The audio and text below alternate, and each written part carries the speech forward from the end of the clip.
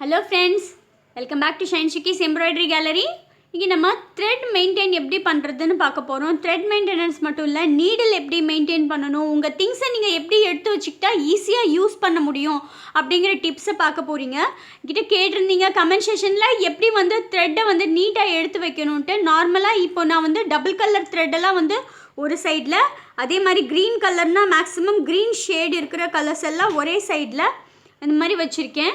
அதே மாதிரி இது கொஞ்சம் சரியாக இருக்கிற த்ரெட்டெல்லாம் வந்து ஒரே மாதிரி அலைன் பண்ணியிருக்கேன். ஸோ இப்போது இந்த த்ரெட்டை வந்து நீங்கள் சும்மா போட்டிங்கன்னா என்ன ஆகும்னிங்கன்னா, இப்போது இந்த த்ரெட் இருக்குன்னா இதை நீங்கள் யூஸ் பண்ணுறப்ப இந்த மாதிரி சும்மா இப்படி போட்டு வச்சிட்டிங்கன்னா இது எப்படி வந்து இப்படியே வந்துகிட்டே வந்துடும். ஸோ சும்மா அப்படி போடாமல் இதை கண்டிப்பாக வந்து நாட் பண்ணி வைங்க. நான் இந்த மாதிரி விக்ஸ் டப்பா இதில் இந்த நம்ம ஸ்பாஞ்ச் இருக்கு இல்லையா, அந்த ஷர்ட்டில் வர ஸ்பாஞ்சை இந்த மாதிரி ஸ்டஃப் பண்ணி வச்சுருக்கேன். இதை வந்து தண்ணியை போட்டு வச்சிட்டோன்னா நமக்கு எல்லா பர்பஸ்க்குமே வந்து அது ரொம்ப யூஸ்ஃபுல்லாக இருக்கும். ஜஸ்ட்டு இந்த மாதிரி டச் பண்ணிவிட்டு இதை சும்மா போட்டிங்கன்னா இந்த நாட் வந்து வராது. அதனால் இந்த மாதிரி நல்லா ஃபுல்லாக வந்து த்ரெட்டை வந்து நீட்டாக போட்டுட்டு இந்த ஃபிங்கரை இப்படி வச்சு இந்த மாதிரி கொடுத்து நல்லா டைட்டாக வந்து இப்படி நாட் பண்ணுங்கள். அதாவது சுருட்டி விட்டிங்கனாலே வந்து நாட் ஆகிடும். நாட் கிடையாது, இந்த மாதிரி டைட்டாக வந்து நின்றுடும். ஸோ த்ரெட் வந்து வெளியே வராது. இந்த மாதிரி செஞ்சு வந்து எடுத்து வச்சுக்கோங்க.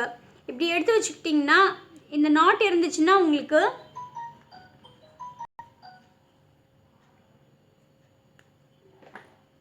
இப்போது இந்த த்ரெட்டில் இந்த மாதிரி நாட் போட்டு வச்சிட்டோன்னா இப்படி கொடுத்து இதை சும்மா வந்து நீங்கள் இப்படி போட்டிங்கன்னா வந்து நிற்காது, வழுக்கிட்டு வரும். அதனால் கொஞ்சம் லைட்டாக வந்து தண்ணியை வந்து வெட் பண்ணிக்கிட்டிங்கன்னா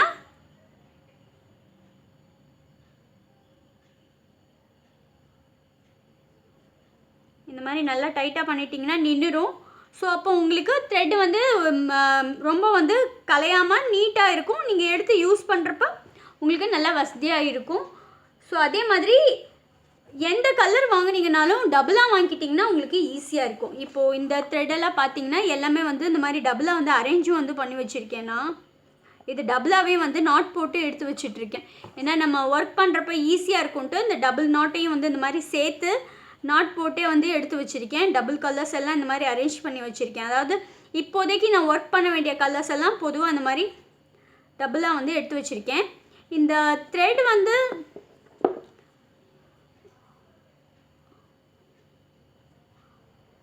இந்த கிராஃப்டீரியான்னு இருக்கு இல்லையா, இந்த பிராண்ட் த்ரெட்டு நான் யூஸ் பண்ணுறேன். ஸோ இந்த கிராஃப்டீரியா த்ரெட் வந்து யூஸ் பண்ணுறேன். அது நல்லா ஷைனிங்காக இருக்குது, ஹார்டாகவும் இருக்குது த்ரெட்டு. ஸோ இந்த பிராண்ட் கிடச்சா நீங்கள் இந்த பிராண்டை வந்து யூஸ் பண்ணலாம். ஏன்னா இது ரெண்டாக வாங்கியும் யூஸ் பண்ணவும் உங்களுக்கு ஈஸியாகவும் இருக்கும். ஸோ இப்போ நெக்ஸ்ட்டு நம்ம நீடிலை பற்றி பார்ப்போம். நீடில் வந்து நான் இந்த மாதிரி பாக்ஸ்லேயே வந்து வச்சுக்கோங்க. இந்த மாதிரி நான் ஒரு எட்ஜில் வந்து இப்படி ஒரு துணி மாதிரி கொடுத்துருக்கேன். இந்த நீடிலோட இது வந்து பொதுவாக இதுக்கு மேலேயே வந்து வர்ற மாதிரி வச்சுருப்பேன். ஏன்னா நீங்கள் இதை ஈஸியாக வந்து நமக்கு இந்த 24 நம்பர் நீடில் வந்து வளைஞ்சிரும். இது பார்த்திங்கன்னா உங்களுக்கு தெரியும்.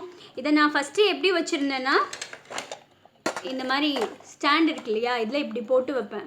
அப்படி போட்டு வச்சு தான் இந்த மாதிரி வளைஞ்சிருச்சு. ஸோ அந்த மாதிரி வச்சிட்ருக்கீங்கன்னா வைக்காதீங்க. இப்படி வச்சிங்கன்னா வந்து சீக்கிரமாகவே வந்து நீடில் வந்து வளைஞ்சிரும். ஸோ நீங்கள் நீடில் எடுத்து வைக்கிறப்ப இந்த மாதிரி பாக்ஸில் ஒரு மாதிரி ஒரு சப்போர்ட், ஏதாவது ஹார்டாக இருக்கிற காட்டன் கிளாத்தோ ஏதோ ஒன்று இந்த மாதிரி சப்போர்ட்க்கு வந்து வச்சிங்கன்னா நீட்டாக இருக்கும். நான் மேக்ஸிமம் வந்து இந்த நூல் வந்து சுற்றிடுறதுனால என்னால் அந்த கவர் வந்து பண்ண முடியாது. அந்த டியூலிப்பில் இருக்கிற இந்த கவர் வந்து யூஸ் பண்ண முடியாது. ஏன்னா நீங்கள் எப்படி வந்து இந்த மாதிரி த்ரெட்டு வார்ப் பண்ணாமல் வந்து போட்டிங்கன்னா உங்களுக்கு நல்ல க்ரிப் வந்து இருக்காது, ஈஸியாக போடவும் வராது. ஸோ முடிஞ்ச வரைக்கும் நல்ல த்ரெட்டை வந்து வார்ப் பண்ணி வந்து யூஸ் பண்ணுங்கள். ஸோ இது நீடில் வச்சுக்கிறதுக்கான டிப்ஸு.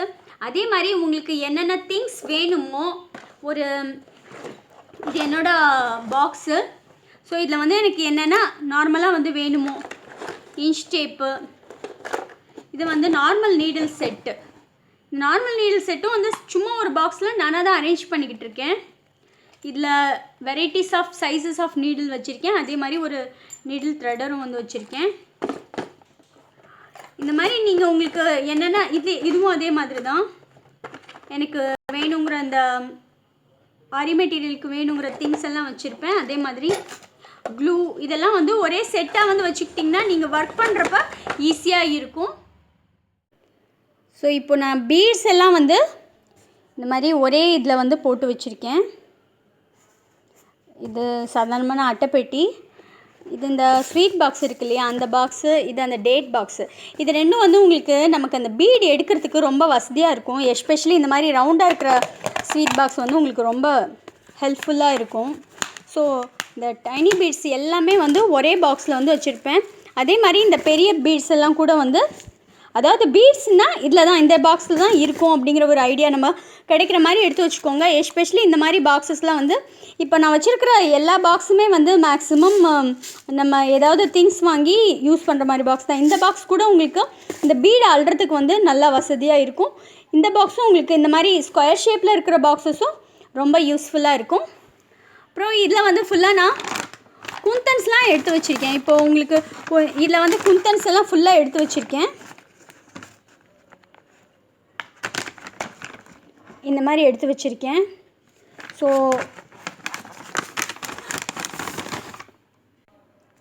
அதே மாதிரி இன்னொரு பேக்கில் ஃபுல்லாக வந்து சீக்வன்ஸ் எல்லாம் எடுத்து வச்சுருக்கேன். ஸோ உங்களுக்கு சீக்வன்ஸ் வேணும்னா நான் இந்த பேக் வந்து ஓப்பன் பண்ணேன்னா எனக்கு வேணுங்கிற சீக்வன்ஸ் எல்லாம் இருக்கும். ஸோ இந்த மாதிரி நீங்கள் அரேஞ்ச் பண்ணி வச்சுக்கிட்டிங்கன்னா உங்களுக்கு ஈஸியாக இருக்கும். இதெல்லாம் நார்மலாக நான் தூக்கி போடாமல் யூஸ் பண்ண பேக்ஸு, பாக்ஸஸ்ஸு. ஸோ இப்போ நீங்கள் பார்த்துட்டு இருக்கிற இந்த குட்டி குட்டி டப்பா எல்லாமே நமக்கு இந்த ஹோட்டல்ஸ்லாம் வைப்பாங்க இல்லையா, ஷாம்பு பாட்டில்ஸு, இந்த மாதிரி சின்ன சின்னதாக கிடைக்கிற எல்லா பாக்ஸஸுமே வந்து மேக்ஸிமம் நான் இது எல்லாமே வந்து யூஸ் பண்ணுற பாக்ஸஸ் தான். அதை தான் வந்து இந்த மாதிரி யூஸ்ஃபுல்லாக வந்து மாற்றிருக்கேன்.